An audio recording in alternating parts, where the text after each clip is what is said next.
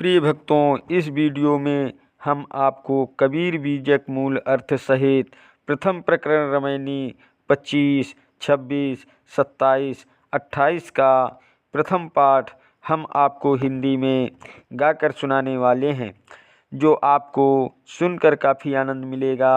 Video के last date तक ज़रूर बने रहिएगा ताकि आपको सारी जानकारी सही तरीके से मिल सके, और बेल वाली घंटी दबाना मत भूलें ताकि आपको सारी जानकारी सही तरीके से मिलती रहे। तो प्रिय भक्तों, सुनिएगा। 34 अक्षर का इहें विशेषा, असहस्रो नाम याहि में देखा। अभूल भटकी नर फिर घट आया, होते अजान सो सबन गमाया। अखोजहि ब्रह्मा विष्णु शिव शक्ति, अनंत लोक खोजहि बहु भक्ति। अखोजहि गण गंधर्व मुनि देवा, अनंत लोक खोजहि बहु भेवा। 34 अक्षरों अर्थात शास्त्र प्रमाणों की यही विशेषता है कि व्यक्ति, वस्तु, स्थान आदि के हजारों नाम इन्हीं में से होते हैं। अतएव यहाँ वर्ण, भाषा, लिपि एवं शास्त्र की अपेक्षा नहीं की जा रही है, अपितु शास्त्रों को अंध प्रमाण मानने पर निषेध किया गया है। जीव चारों खानियों में भूलते भटकते कभी पुनः मानव शरीर में आता है, और यहाँ अज्ञानता वश अपने स्वरूप को नहीं पहचानता और मानव शरीर धोखे में ही खो देता है। शास्त्रों के प्रमाण के मोह में पड़कर तो ब्रह्मा, विष्णु, शिव, दुर्गा, गंधर्वगण, मुनि देवता, त्यागी, सत्यव्रतधारी, पतिव्रताएं आदि सब अपने से अलग परमात्मा को खोज रहे हैं। उसी के लिए असंख्य लोकों की कल्पना करते हैं और बहुत ही भक्तिभाव से उसे खोजते हैं। जति सती सब खोजहि, मानहि न मानहारि। बड़ बड़ जीव न बाची है, कहाई कबीर पुकार।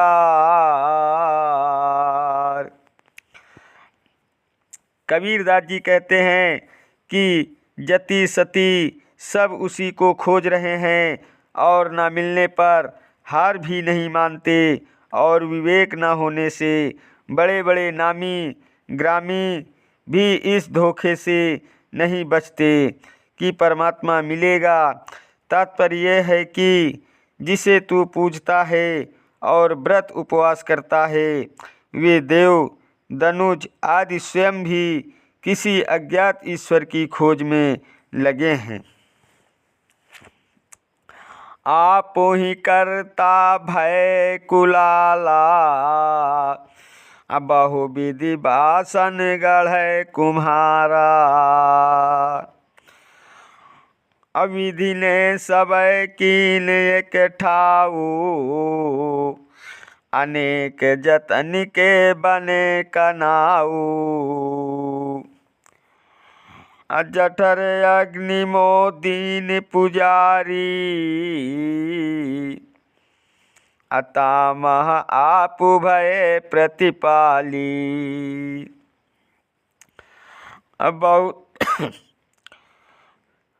अरे बहुत जतन कै बाहर आया, तब शिव शक्ति नाम धराया। घर का सुत जो होए अयाना, ताके संग न जाहु सयाना। साची बात कही मैं अपनी, भया दीवाना और की पुन्ही। गुप्त प्रकट है कै दूधा, काको कहिए ब्राह्मण शूद्रा। झूठे गर्भ भूलो मति कोई, हिंदू तुरुक झूठे कुल दोई। कबीरदास जी कहते हैं कि जैसे कुम्हार मिट्टी लेकर चाक पर बर्तन बनाता है, वैसे ही जीव कर्म वासना को लेकर माता के पेट में मानव शरीर की रचना करता है। शरीर की रचना के नियम ने वहाँ सभी सामग्री इकट्ठे कर दी और अनेक अंगों के रहित सहित शरीर रचना होने लगी। माता की जठर ज्वाला में बच्चे का शरीर पकता है और वहाँ पर जीव के अपने कर्म ही उसके प्रतिपालक एवं रक्षक होते हैं। माता के सजग रहन सहन, पेट की रचना एवं वैद्य व दाई के अनेक यत्न से सब बच्चा पैदा होता है। जब बच्चा पैदा होता है तब उसके लिंग जानकर ही नर या नारी अर्थात शिव या शक्ति नाम रखे जाते हैं। यदि घर का लड़का अज्ञानी हो तो घर के बुजुर्ग उसका सहयोग नहीं करते। ठीक इसी प्रकार यदि मनुष्य का मन विपथ में जाए तो जीव को चाहिए कि वह उसका साथ न दे और उसे दुष्कर्म से रोके। मैंने अपनी सच्ची बातें कह दी, लेकिन लोग अन्य की बातें सुनकर प्रपंच में पड़ रहे हैं। गाय भैंस के स्तनों में हो या दूह कर पात्र में रखा हो, दूध तो वही है। इसी प्रकार माता के पेट में हो या बाहर आ गया हो, मनुष्य तो वही है। मानव में कोई मौलिक भेद नहीं है, फिर कौन ब्राह्मण और कौन शूद्र है। कोई झूठे अहंकार में मत भूलो, क्योंकि हिंदू और मुसलमान दोनों झूठी जातियां हैं। मानव तो केवल मानव मात्र है, बाकी सब मनगढ़ंत बातें हैं। इसलिए भ्रम में मत पड़ो। अजी ने या चित्र बनाया,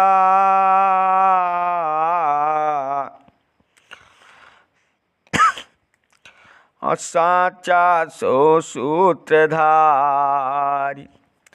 कहीं कबीर ते जन भले, अजो चित्रवंत ही निहारी। कबीरदास जी कहते हैं कि जिसने इस शरीर तथा शरीर संबंधी अन्य चित्र बनाए हैं, वो सूत्रधार चेतन ही परम सत्य है। और जो इस चितेरे चेतन को समझ लेते हैं, वे ही समझदार एवं सौभाग्यशाली है। तब उन्हें यह भी मालूम हो जाता है कि जीव ही ज्ञान विज्ञान का मूल है, अर्थात ज्ञान चक्षु से अंतर्मन को पहचानो तो सब समझ में आ जाएगा। ब्रह्मा को दीनो ब्रह्मंडा, सप्तदीप पुह मीनो खंडा। सत्य सत्य कहीं विष्णु दृढ़ाई, तीन लोक मारा खिम जाई।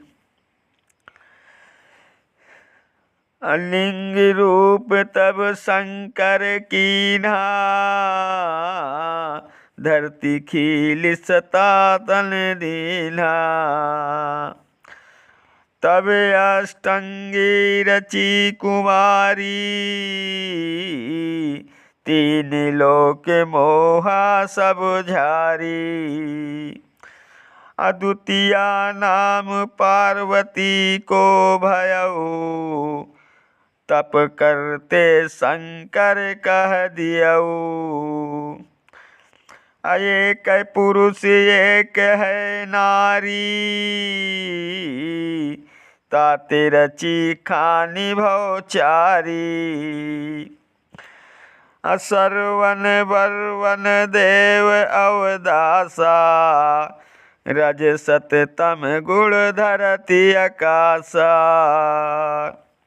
लोगों की अवधारणा है कि अष्टांगी माया ने ब्रह्मा को ब्रह्मांड दिया, जिसमें 7 द्वीप और 9 खंडों सहित यह पृथ्वी है।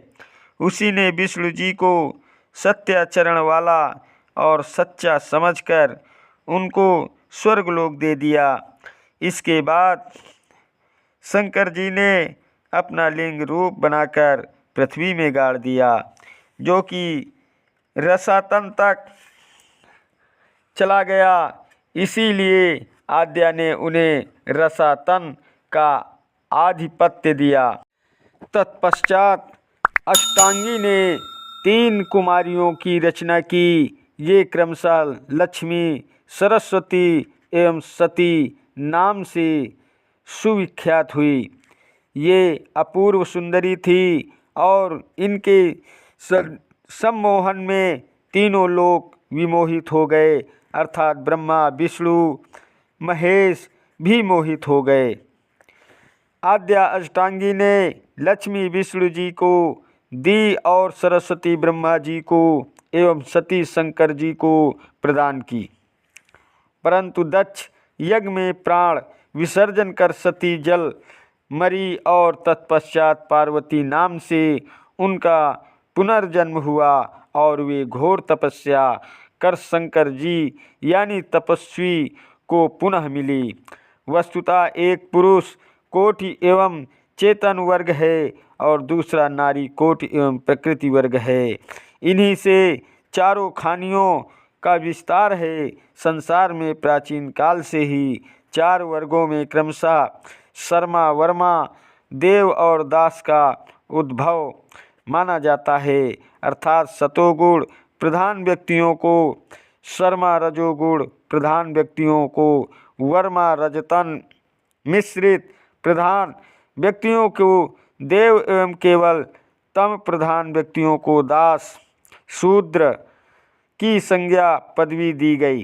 तात्पर्य है कि ब्राह्मण, क्षत्रिय, वैश्य, शूद्र जन्म से नहीं अपितु स्वभाव एवं कर्म से माने गए या बनते गए और बाद में इन्हें जन्मजात मानकर इनकी गलत व्याख्या होने लगी। इसी प्रकार मनुष्यों में भ्रांति फैलती गई और अनंत गत्वा गुणों का मूल्य न रहकर केवल जन्म का ही मूल्य रह गया। एक अंड ओकार ते सब जग भया पसार। कहीं कबीर सब नारी राम की, अविचल पुरुष भरतार।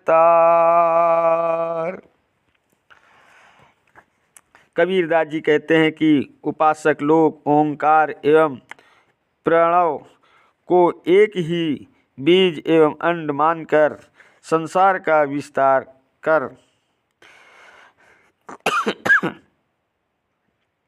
कहते हैं और उसी की उपासना पूजा करते हैं, यहाँ तक कि उसे पति यानी स्वामी मानकर उसकी पत्नी बन जाते हैं, अर्थात अपने आप को उसी की सेवा में लगाकर धन्य हो जाते हैं। अस जो लाहा काहू मर्म न जाना, अवस जो लहा काहू मर्म न जाना, अजिन जग आन पसार निताना। अधरती आकाश दो उगाड़ खदाया, चांद सूर्य दो नरी बनाया। असहस्त्र तारले पूरनि पूरी, अजहु मिले कठिन है दूरी। कहे कबीर कर्म से जोरी, असूत कुसूत बिने भल कोरी। कबीरदास जी कहते हैं कि जीव एक जोलाहा है जो संसार में बारंबार जन्म लेकर कर्मों का पट बुनता है, परंतु वो स्वयं अपने जोलाहेपन अर्थात कर्म बंधों को नहीं समझ पाता। जिस प्रकार प्रकृति ने सृष्टि पट बुनने के लिए मानो एक करघा खड़ा किया है, जिसके लिए धरती और आकाश, गड्ढा, चांद और सूर्य, नारी तथा हजारों तारों को भरनी का सूत बनाया हो, ठीक उसी प्रकार जीव ने कर्म पट बुनने के लिए शरीर रूपी करघा में अर्ध और ऊर्ध्व हिस्से का गड्ढा, नाक की बाईं ओर दाईं नाड़ियों की नरी और हजारों श्वासों को भरने का सूत बनाया है। इन्हीं सामग्रियों से जीव कर्मों का सूत बुनता है। जीव आज भी कर्मपट बुन रहा है और इसकी आदत छूटना भी कठिन है। अर्थात जीव रूपी जोलाहा कर्म बंधनों को जोड़कर अच्छे बुरे कर्मों के सूत सांसारिकता का वस्त्र बुन रहा है।